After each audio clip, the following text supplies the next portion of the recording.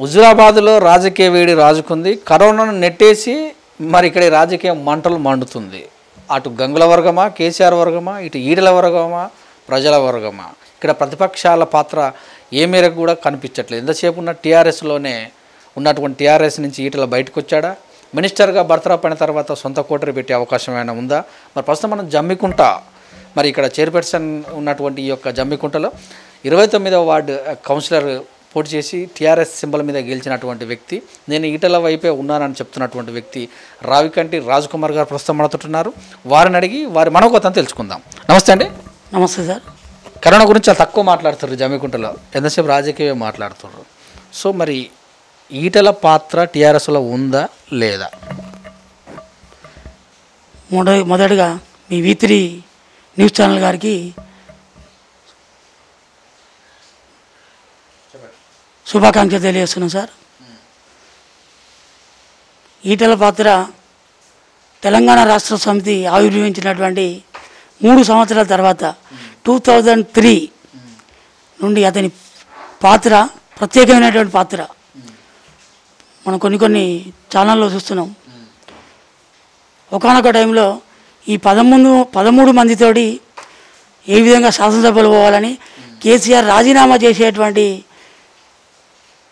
సందర్భాలు కూడా ఉన్నాయని గతంలో ఉన్నటువంటి టీఆర్ఎస్లో ఉన్నటువంటి వ్యక్తులు ఇప్పుడు టీఆర్ఎస్లో లేరు, వాళ్ళు బయటికి వచ్చినారు. అప్పుడే తెలంగాణ రాష్ట్ర సమితి బాధ్యతలను ఉన్నటువంటి ముఖ్య నాయకులు హరీష్ రావు కావచ్చు, ఈటల రాజేందర్ కావచ్చు, ఇంకా మిగతా మాకు తెలిసినటువంటి వ్యక్తులు ఒక 3-4 అందరూ కూడా వాళ్ళకి బాధ్యత చెప్పి కేసీఆర్ గారు కేంద్రం అయిపోయినట్టు మాకు తెలిసింది.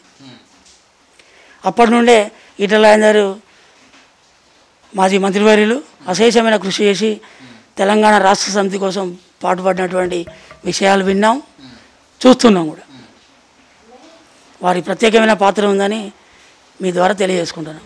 2001లో టీఆర్ఎస్ పార్టీ స్టార్ట్ అయితే 2003లో పార్టీలో జాయిన్ అయినటువంటి వ్యక్తి 2004లో ఏకంగా కమలాపురం నుంచి పోటీ చేశాడు. అంతమందికి వార్డు మెంబర్ కాదు, సర్పంచ్ కాదు. అలాంటి వ్యక్తిని టీఆర్ఎస్కు ఈటలు ఏం చేశాడు కానీ టీఆర్ఎస్ఏ ఈటలకు చేసింది అంటారు. దీని మీద ఏం స్పందిస్తారు? టీఆర్ఎస్ పార్టీ ఆవిర్భావంలో అంతకుముందు ఈయన స్థానికంగా కమలాపూర్ శాసనసభ నియోజకవర్గం ఉండే సార్. ఇతని స్వగ్రామం కమలాపూర్ ఉండే. అక్కడి నుండి వరంగల్కి వెళ్ళి చిన్నగా కోళ్ళ ఫారం కానీ ఓ ప్రైవేట్ స్కూల్ పెట్టి నడిపించుకునేటువంటి సందర్భంలో అప్పుడు తెలంగాణ ఉద్యమం కేసీఆర్ గారు తెలంగాణ పార్టీ పెట్టడం, కాంగ్రెస్ అభిమానే ఉన్నటువంటి మొదట్లో అందరూ ఈయన తెలుగుదేశం పార్టీ అభిమాని, తెలుగుదేశంలో మంత్రి పదవి అనుభవించినాడు, అందులోకి వెళ్ళి బయటకు వచ్చినాడు, తెలంగాణ రాష్ట్ర సమితి పార్టీ పెట్టాడు. ఈటల గారు కూడా అదే సమయంలో తెలంగాణలో ఉన్నటువంటి కాంగ్రెస్, తెలంగాణ జాతీయ నేషనల్ కాంగ్రెస్ కూడా అభిమానిగా ఉండే. ఇంత లోపల చంద్రబాబు కూడా తెలిసినట్టు ఉండే. ఇంతలో పార్టీ పెట్టిండు, కేసీఆర్ దగ్గర వేయండు, అన్న నేను మీ పార్టీతో మమేకమై వస్తానంటే అప్పుడు తీసుకోవడం జరిగింది. అప్పుడు ఉన్నటువంటి రాజకీయ వేడిని తగ్గించాలంటే కొత్త పార్టీకి ఒకటి కావాలని చెప్పి ఈటలను పార్టీలో జాయిన్ చేసుకోవడం. పార్టీలో ఆయనకు గెలుస్తామని కాదు, ఓడుతామని కాదు, ఒక పార్టీలో అభ్యర్థి నిలబెట్టాలి, తెలిసినటువంటి అభ్యర్థిని వాళ్ళకున్న పరిచయాలతోటి వాళ్ళిద్దరూ మమేకమై ఇక్కడ తెలంగాణ పార్టీని కమలాపూర్ నియోజకవర్గం నుంచి ప్రాతినిధ్యం వహించడం జరిగింది.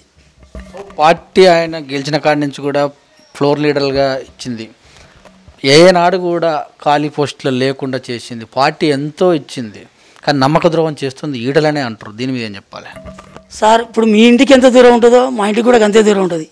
కేసీఆర్ గారు ఫ్లోర్ లీడర్గా అతనికి ఇచ్చింది వాస్తవం, ఇప్పుడు తీసుకున్నదో వాస్తవం. ఏం చేసినా కూడా ప్రాంతీయ పార్టీలలో ఎవరైతే ఉంటుందో వాళ్ళదే బలం ఉంటుంది, వాళ్ళు చెప్పిన ప్రకారం నడవాల్సి ఉంటుంది, అది వాళ్ళ ఇష్టం.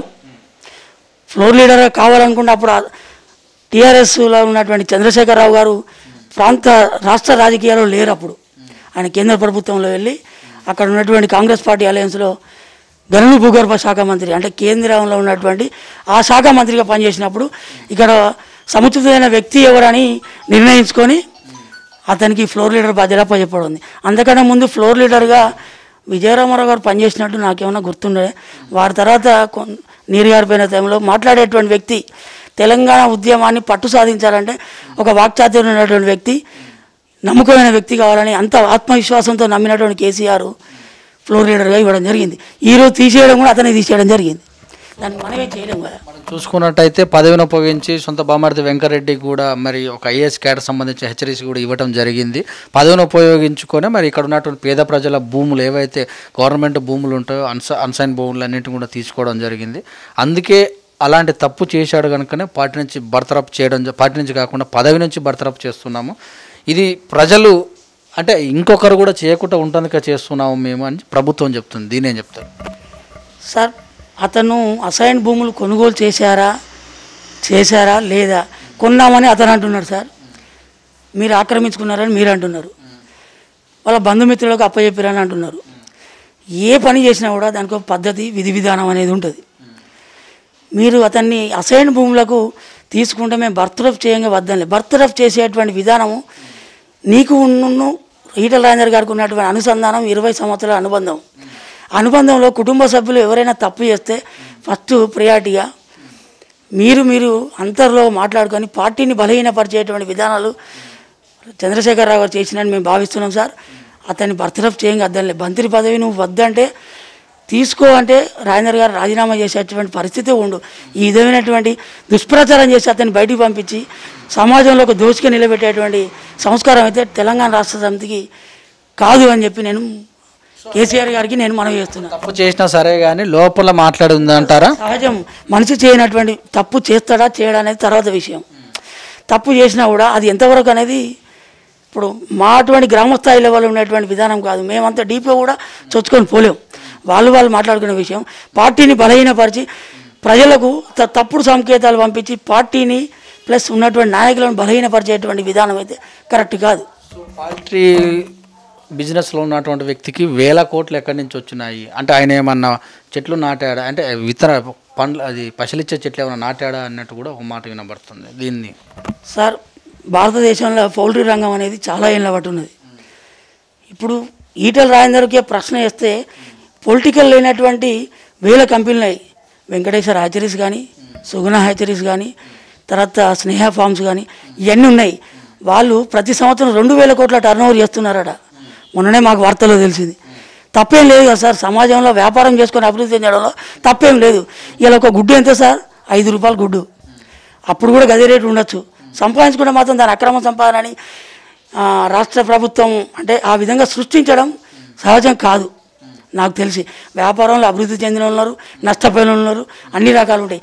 1000 కోట్లు ఎక్కడి నుంచి వచ్చినాయంటే సంపాదించుకోవడం కూడా తప్పు అంటే అది సమాజ హితం సార్. అది మొత్తం మీద మీరు ఈటల రాజేందర్ వైపే ఉంటారా, టీఆర్ఎస్ వైపు ఉండే అవకాశం ఉందా? సార్ ఈటల రాజేందర్ వైపే ఉంటాం. మమ్మల్ని 2 సార్లు గుర్తించండి సార్. అంతకుముందు గతంలో మా భార్య కౌన్సిలర్ 5వ వార్డు అని ఉండే డీలిమిటేషన్ల వల్ల 29వ వార్డుగా మాది పరిణితి చెందింది. నేను 2009లో అంటే నేను ఉద్యమకారుని కాకపోయినా 2009లో సెకండ్ టైం కేసీఆర్ గారు మా స్థానిక కాలేజీ హై స్కూల్ గ్రౌండ్లోకి వచ్చినప్పుడు అక్కడ టీఆర్ఎస్ పార్టీలో కలవడం జరిగింది. అప్పటి నుండి నేటి వరకు ఈటల రాజేందర్ వైపే ఉన్నాం.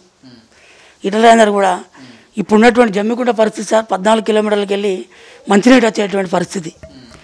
అతను మన ప్రభుత్వం అధికారం లేకున్నా రాజశేఖర రెడ్డి ముఖ్యమంత్రి గారితో కొట్లాడి 14 కిలోమీటర్లకు జనరేటర్ తోటి నీళ్లు నడిపించి పంపింగ్ చేసి జమ్మికుంటకు నీళ్లు తీసుకొచ్చినటువంటి చరిత్రలో ఉన్నటువంటి జమ్మికుంటను రాజశేఖర రెడ్డి గారు ముఖ్యమంత్రి అయినాక సపరేట్ లైన్ కరెంటు లైన్ వేసి జమ్మికుంటకు నీళ్లు అందించేటువంటి కరెంటు బిల్లు అంటే రోజు లక్షల రూపాయల నెల లక్షల రూపాయల డీజిల్ వ్యయం తగ్గించి మొట్టమొదటి చేసినటువంటి కార్యక్రమం అది. తాగునీటి సరఫరా అది 3 రోజులకు ఒకసారి వచ్చేటువంటి తాగునీటి సరఫరా. ఈరోజు కూడా జమ్మికుంట నా వార్డులో గతంలో నేను 3 లక్షల రూపాయల నీళ్లు పోయడం జరిగింది. అంటే ఈ సమ్మర్ కాక అంతకుముందు మిషన్ భగీరథ కార్యక్రమం రాకముందు ఆ కార్యక్రమం ఫుల్ ప్లెడ్జ్గా కంప్లీట్ చేయడానికి జమ్మికుంట టౌన్ ఒకటి ఫుల్ ప్లెడ్జ్ కంప్లీట్ అయింది. అది టీఆర్ఎస్ పార్టీ ప్రభుత్వమే చేసింది. ఈటల రాజేందర్ సహకారంతో ఇక్కడికి వచ్చింది. ఈ విధంగానే అన్ని గ్రామాలు కావచ్చు కాకపోవచ్చు సార్. మా గ్రామం అయితే సంపూర్ణంగా అయింది. మా ప్రజలు ప్రతిరోజు నిత్యం మంచినీళ్ళు డే బై డే ఒకరోజు తప్పి ఒకరోజు నీళ్లు తాగేటువంటి పరిస్థితిలో ఉన్నారు. ఈ టౌన్లో ఉన్నటువంటి నా వార్డు జనాభా 3000 ప్రజలు, ఉన్నటువంటి ఓట్ల శాతం 1106. అందులో టీఆర్ఎస్ పార్టీ పైపే మేము బీఫామ్తో గెలిచినాము. అది ఈటల రాజేందర్ గారు టీఆర్ఎస్ పార్టీలో ఉండడం వల్లనే మేము గెలిచినాం. ఇప్పుడు మాకున్నటువంటి సిచ్యువేషన్ ఏంటంటే మాకున్నటువంటి అభివృద్ధికి మాకు దోహదం చేసిన వ్యక్తి మాకు ఎవరు గంగుల కమలాకర్ తెలియదు. వాళ్ళ కాన్స్టిట్యూన్సీలో వాళ్ళు ఉండరు. మా కాన్స్టిట్యూన్సీలో మాకు ఉన్నటువంటి ఎమ్మెల్యే ఆయన ఎమ్మడి ఉండడానికి మేము సిద్ధం. ఈరోజు మానవీయ కోణంలో నీకు ఒక దెబ్బ తాకిందంటే అయ్యో అని అనాలే, అంతేగాని తర్వాత విషయం తర్వాత. కనీసం 10-11 ఏళ్ళు ఆయనతోటి మనం అటాచ్మెంట్లో ఉండి బంధాన్ని ఏ విధంగా కోసుకుంటాం సార్ నా ఆలోచన. ఇక్కడ మీరు కారు గుర్తు మీద గెలిచారు, కారు గుర్తు కేసీఆర్ది. మరి ఇక్కడ ఇచ్చినటువంటి పింఛన్లు, ఇక్కడ ఇచ్చినటువంటి ఏవైతే కళ్యాణ లక్ష్మి అయితేనేమి, షాదీ ముబారక్ అయితేనేమి, లాస్ట్కు చూస్తే మరి షాదీ ముబారక్ కాకుండా మరి రంజాన్ పండుగలు ఇచ్చేటువంటి తోఫా అయితేనేమి, క్రిస్టియన్స్కి ఇచ్చేటటువంటిది, దసరాకి ఇచ్చేటటువంటి ఏవైతే మరి వికలాంగుల పింఛన్స్ అన్నీ కూడా కేసీఆర్ ప్రభుత్వం కేసీఆర్ ఇస్తున్నవే. ఆ ఓట్లతోటే గెలిచారు. ఈటలు ఏం చేశాడని కూడా అంటారు. దీని మీద ఏం చెప్తారు సార్? ప్రజలు ఎప్పుడైనా కూడా రాజకీయ పరిణామాలు ఎప్పుడు ఎటు చోటు చేసుకుంటాయో మనకు తెలియదు. తమిళనాడులో చూడండి, కర్ణాటకలో చూడండి, తర్వాత కేరళలో చూడండి. కేరళలో పినరయ్ విజయ్ కమిట్మెంట్ అంటే ఆయన అటువంటి ప్రదాతలు ఒరిస్సా ఉంది. ఎవరండి? నవీన్ పట్నాయక్ గారు 3 సార్లు ముఖ్యమంత్రి. పార్టీలు ఏవైనా కూడా ఇప్పుడు నేను టీఆర్ఎస్ పార్టీ తరఫున గెలిచినంత వాస్తవమే సార్. నాతో పాటు ఇంకా 4 వార్డులు కాంగ్రెస్ పార్టీ గెలిచారు. వాళ్ళకు పెన్షన్లు వస్తాయి, వాళ్ళకు కళ్యాణ లక్ష్మి వస్తుంది, వాళ్ళకు షాదీ ముబారక్ వస్తుంది, క్రిస్మస్ వేడుకలు వస్తాయి, తర్వాత రంజాన్ వేడుకలు వస్తాయి. తప్పేం లేదు సార్. పార్టీలు ఏవైనా కూడా మా ముఖ్యమంత్రి గారు చెప్పారు, ప్రజలు ఏదైనా మంచిదే, ఎజెండా ఒకటే, అభివృద్ధి అనేదే మన ధ్యేయం అనే విధంగా వాళ్ళకి ఇచ్చినప్పుడు మాకెందుకు ఇయ్యారు సార్? సో మరి ఇప్పుడు ఈటల రాజేందర్ గారి వైపు 30 కౌన్సిలర్ ఉన్నటువంటి ఈ జమ్మికుంటలో ఎంతమంది ఉన్నారు సార్? నిన్నటి వరకు అంటే అటెండ్ అయింది మాత్రం 14 మంది. ఇంకో 2 కొంచెం అంటే వాళ్ళు పాజిటివ్గా అస్వస్థత 16 మంది ఉన్నట్టు మాకు సమాచారం అందింది సార్. ప్రెస్ మీట్లోకి వచ్చిన వాళ్ళు అది ఎవరు లేరు అని చైర్మన్ చెప్తున్నారు. అలాగే చూసినట్టయితే ఎవరైతే ఈటల వైపు ఉంటారో వాళ్ళని భయభ్రాంతులకు గురి చేస్తున్నారు, లొసుగులను వెతుకుతున్నారు అని కూడా చెప్తున్నారు. మరి నిజమేనా? మీకు ఎలాంటి ఫోన్లు వచ్చాయి సార్? తెలంగాణ రాష్ట్ర ఆవిర్భావానికి ఎన్ని వేల మంది ఆత్మ బలిదానం చేసుకున్నారు సార్? తప్పేం లేదు కదా. తెలంగాణ నీ యొక్క కేసీఆర్ కోసం ఒక రాష్ట్రం అయినది కాదు కదా, అందరి కోసం ఆవిర్భవించిన రాష్ట్రం. అంతమంది ఆత్మ బలిదానం చేసుకున్నటువంటి తెలంగాణలో ఈటల రాజేందర్ వాళ్ళ పక్షాన్ని నిలబడ్డాడు. కనీసం అయ్యో పాపం అని మేము ఆయన పక్షాన్ని నిలబడడం తప్పేం లేదు సార్. ఇది ముమ్మాడికి నిజం. ధర్మం గెలుస్తుంది ఎప్పుడైనా కూడా. ఇందాక ఒక మాట మాట్లాడారు, ప్రభుత్వంలో ఉన్న వ్యక్తికి పిలిచి చెప్తే బాగుంటుంది అని చెప్పుకొచ్చారు. మరి అదే ఈటల రాజేందర్ గారు మరి ఒక వ్యవసాయ కమిటీ మార్కెట్లో పింఛన్లు అవి వేయడం అనేది సర్వజనం కాదు అని ప్రభుత్వం పైన అంటే ప్రభుత్వంలో ఉన్న వాళ్ళకు హెచ్చరికలాగా చెప్పుకొచ్చారు. మరి దాన్ని ఎలా చూడాలని అంటారు? నేను చెప్తా సార్, అది ప్రభుత్వానికి వ్యతిరేకంగా చేసింది కదా సార్. అక్కడ ఉన్నటువంటి వేనవంక మండలిలో జరిగినటువంటి ఒక సమావేశంలో ఒక వ్యక్తిని సంపాదించి మాట్లాడినటువంటి మాట అది. దాన్ని కొంచెం దూరం వెళ్ళిపోయింది. అది అధిష్టానానికి అందిందా లేదా అని తెలియదు. దానివల్ల వాళ్ళు 6 నెలల బట్టి ప్రగతి భవన్ పోతే మాకే అపాయింట్మెంట్ లేదని చెప్పి ఈటల రాజేందర్ గారు చెప్తున్నారు. ఈ గంగుల కమలాకర్ గారు కూడా వాళ్ళెమ్మడే ఉన్నారన్నారు, హరీష్ రావు ఉన్నారన్నారు.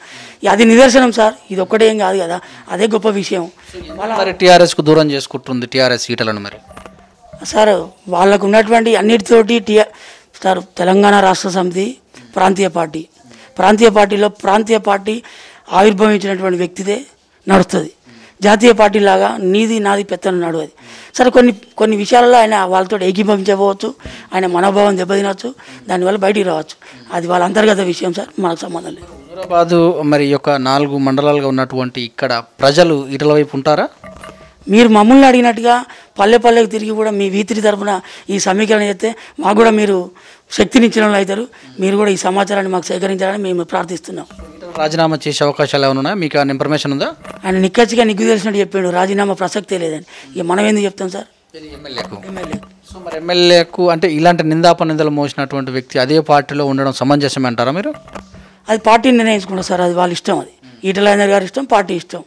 ఈటల రాజేందర్ సార్ ఏ ఆదేశాలు పంపితే ఆ విధంగా మేము నడుచుకుంటాం. మరి పార్టీ పెడతారు అన్నట్టు కూడా ఒక వార్త తెలుస్తుంది, నిజముందా? ఒకవేళ పోటీ చేయాల్సి వస్తే ఇండిపెండెంట్గా నేను పోటీ చేస్తానని కాంగ్రెస్ వాళ్ళని కలవడం జరిగింది, డిఎస్ కూడా కలవడం జరిగింది, అలాగే చాలామందిని కూడా కలవడం జరుగుతుంది. మరి ఎట్లా ఏ ఊహాగానాలు వినిపించే అవకాశం? ఆ సమీకరణాలన్నీ పార్టీలో కలవడం కాదు, పార్టీలో సీనియర్ నాయకుల సలహాలు సూచనలు ఆయన అందరి వ్యక్తులతో కలిసి తిరిగినటువంటి వ్యక్తి కాబట్టి వాళ్ళ మనోభావాలు వాళ్ళ వ్యక్తిగత విషయాలు వాళ్ళిద్దరికి ఉన్నటువంటి అటాచ్మెంట్ వాళ్ళని తెలుసుకోవడానికి రాజకీయ విశ్లేషకులది కలవడం వల్లనే పార్టీలో కలుస్తాడనేది అసమంజసం సార్. వాళ్ళు ఉన్నటువంటి వాళ్ళ దగ్గర ఉన్నటువంటి ఫీడ్బ్యాక్ ఏముంది ఏమనుకుంటారు. ఒక రాజకీయ విశ్లేషణ ఈయన గురువులు కావచ్చు వాళ్ళు కావచ్చు పోవడంలో తప్పేం లేదు. పార్టీ తెలంగాణ రాష్ట్ర సమితి పార్టీ పెట్టినప్పుడే నాకే ప్రభుత్వం ఏర్పాటవుతుందని భావించినాం సార్. ఇలా కాంగ్రెస్ పార్టీ అందరితోటి శ్రీకృష్ణ కమిటీ వేసి ఉన్నటువంటి విధి విధానాలు నిధులు నిధులు నియామకాలు అనేటువంటి నినాదంతో పోయినాం. కాళ్ళ గజ్జగట్టి ఆడినాం సార్. తెలంగాణ రాష్ట్రం ఆవిర్భవిస్తుంది, మన 110 సీట్లు మనకు అసెంబ్లీ స్థానాలు వస్తాయి, మనం మొత్తం ఫుల్ మెజారిటీతో గెలుస్తామని ఎవరైనా కలగన్నారా సార్? రాబోయే కాలంలో ఏదైనా జరగచ్చు, అంత ప్రాబబిలిటీ. 2018లోనే ఈటెల ఇక్కడ టీఆర్ఎస్ పార్టీ ఓడిపోవాలని అనుకుంటాను గమల కమలాకర్ గారు నిన్న కామెంట్ కూడా చేశారు.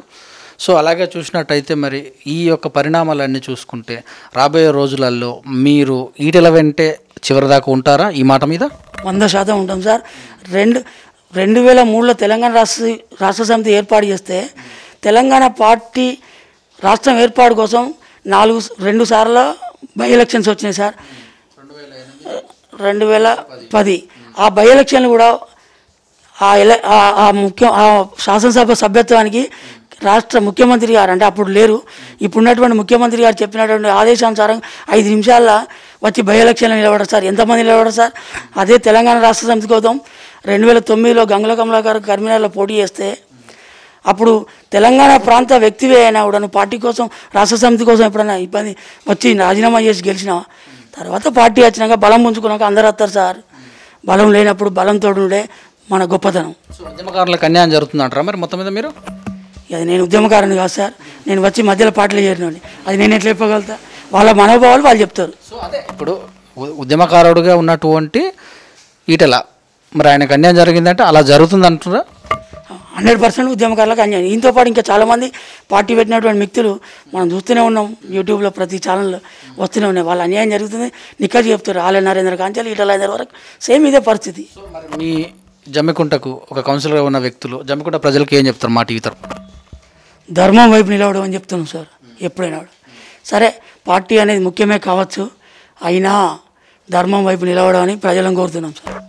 థ్యాంక్ యూ అండి రాజ్కుమార్ గారు, thank you very much. Right, thank you. So ఇదండి మరి జమ్మికుంట 29వ వార్డు కౌన్సిలర్గా పోటీ చేసి టీఆర్ఎస్ గుర్తుమ గెలిచినటువంటి వ్యక్తి. నేను చివరి స్థాయి వరకు కూడా ఈటల రాజేందర్ వెంబటే ఉంటానని రావికంటి రాజ్కుమార్ గారు కౌన్సిలర్ తెలియజేశారు. ధర్మం వైపే మీరు ఉండండి.